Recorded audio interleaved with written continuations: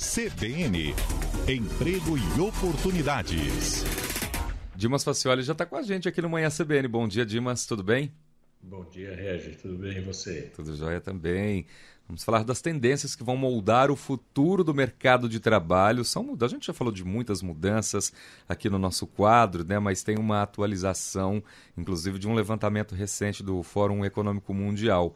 Deve faltar profissionais para ocupar vagas que estão surgindo, Dimas? Exatamente, né? O mercado já briga com isso há algum tempo, né? A gente, de fato, o mercado sempre acelera muito mais do que a capacidade das pessoas de se atualizarem, né? Então, sempre fica sobrando gente no mercado, né, para emprego e faltando gente qualificada, né? Então, esse estudo aqui, né, do Fórum Econômico Mundial, ele traz três macro tendências, né, em relação ao mercado de trabalho, né? E ele diz aqui que 1/4 dos empregos deve se transformar nos próximos 5 anos. A gente já tinha falado isso aqui recentemente, como você mesmo mencionou, né, com 69 milhões de novos postos de trabalho criados e 83 milhões eliminados, né? É a principal conclusão da edição mais recente do Fórum Econômico Mundial sobre o futuro do trabalho, né? Ele é elaborado anualmente, né? Para a edição agora de 2023, o Fórum ouviu 803 empresas de 27 setores em todas as regiões do mundo. Juntas, elas empregam mais de 11,3 milhões de trabalhadores, né? E ela diz aqui que os maiores efeitos na criação de emprego vêm da tendência ambiental, tecnológica e econômica, né? Espera-se que os efeitos mais fortes da criação líquida de emprego sejam impulsionados por investimentos que facilitem o que eles estão chamando de transição verde nas empresas, né? Com mais da metade dos entrevistados, né, esperando que isso aconteça, né, que é um destaque desse documento, né? E as tendências com o potencial de transformar os empregos nos próximos anos, que a gente está falando de tecnologia, dessa questão do verde, né, está ligado muito ao ESG, né, que são os padrões ambientais, sociais e de governança, né, e também a questão do aumento do custo de vida para os consumidores. Então, são profissionais, né, que vão trabalhar nisso. Então, a gente vem falando aqui já há algum tempo que os especialistas em inteligência artificial e em sustentabilidade sempre aparecem no ranking de profissão do futuro, e elas que devem gerar mais vagas até 2027, né?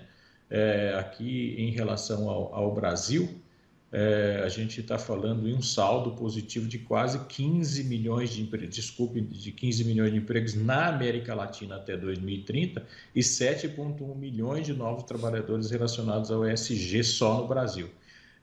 Então, é óbvio que as outras profissões todas vão continuar acontecendo e vão continuar. A gente vê aquele saldo de 83 milhões lá de posições negativas, são profissões que vão desaparecer, né? Então, importante, e ele alenta aqui também, né, essa questão da desqualificação, né, do que você acabou de dizer, né, a Sandra também, né? De 6 em cada 10 trabalhadores precisarão de treinamento antes de 2027, mas apenas metade dos funcionários tem acesso à oportunidade de treinamento adequado atualmente, né? Uhum. Então, embora haja crescimento contínuo de empregos verdes nos últimos 4 anos, não tem gente pronta para isso, né? Aí é um desafio tanto para quem quer se enquadrar, né, nesse novo perfil que o mercado quer, como também das empresas propiciarem essa capacitação desses profissionais.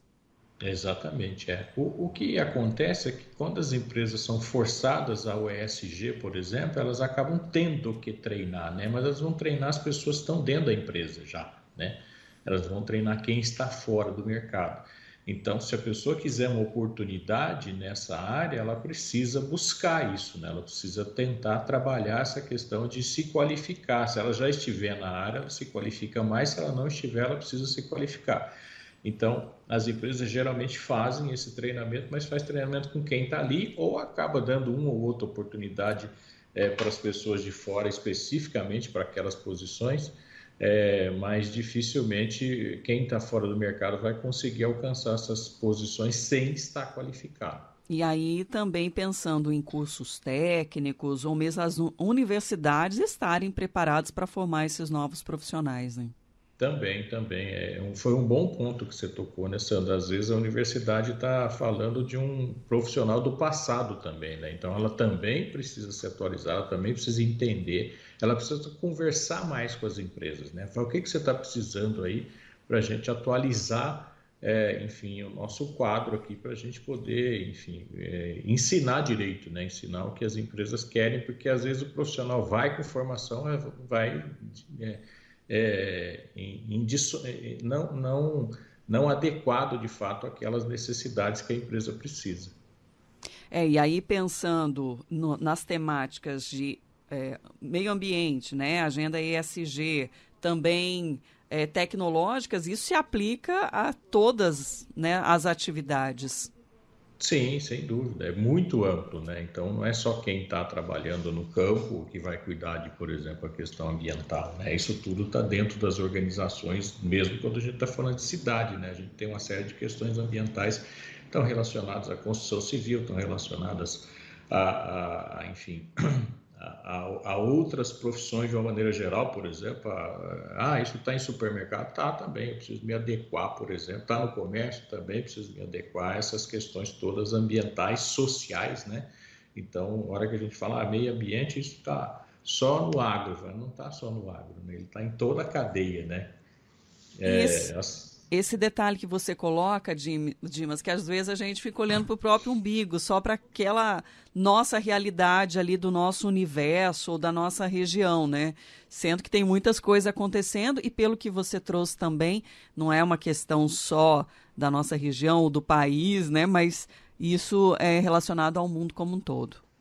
Sim, sem dúvida nenhuma. Então as pessoas procuram, né, produtos que são ambientalmente corretos ou socialmente corretos, né? Então isso afeta todas e essa questão também de como a empresa se relaciona com a sociedade, mostrando que ela é uma empresa correta, né? Que ela é uma empresa que, enfim, trabalha na questão do ESG como um todo, né? Todos os três quesitos, né? A governança também é algo bastante interessante, porque senão ela perde mercado.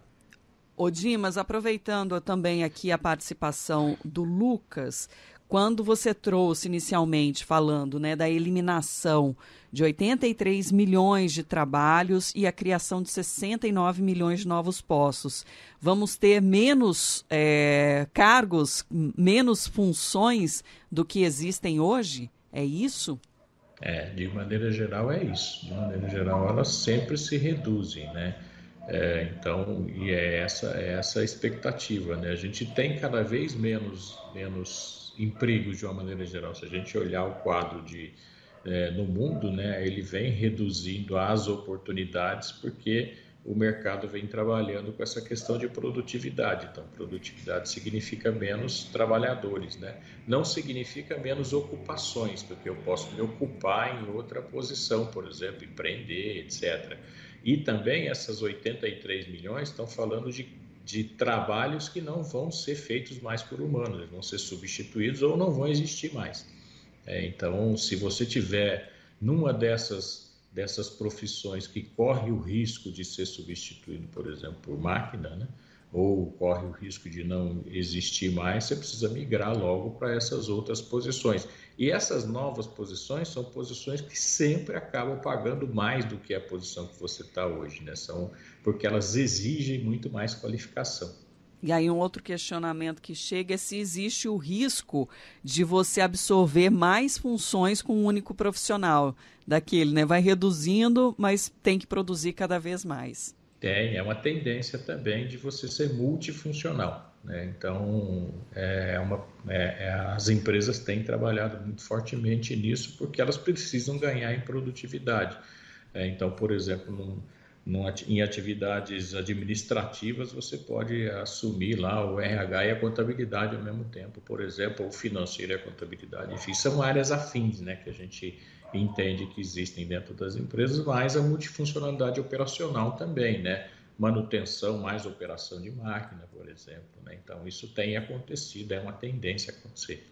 Como você disse, né? Já vem ocorrendo, algumas empresas e até os funcionários já vêm sentindo e percebendo, existe um incômodo, às vezes, inicial, para quem não está preparado, né, Dimas, para assumir mais responsabilidades, aquilo que era dividido com o colega, tendo que agora ser aí o responsável por ela.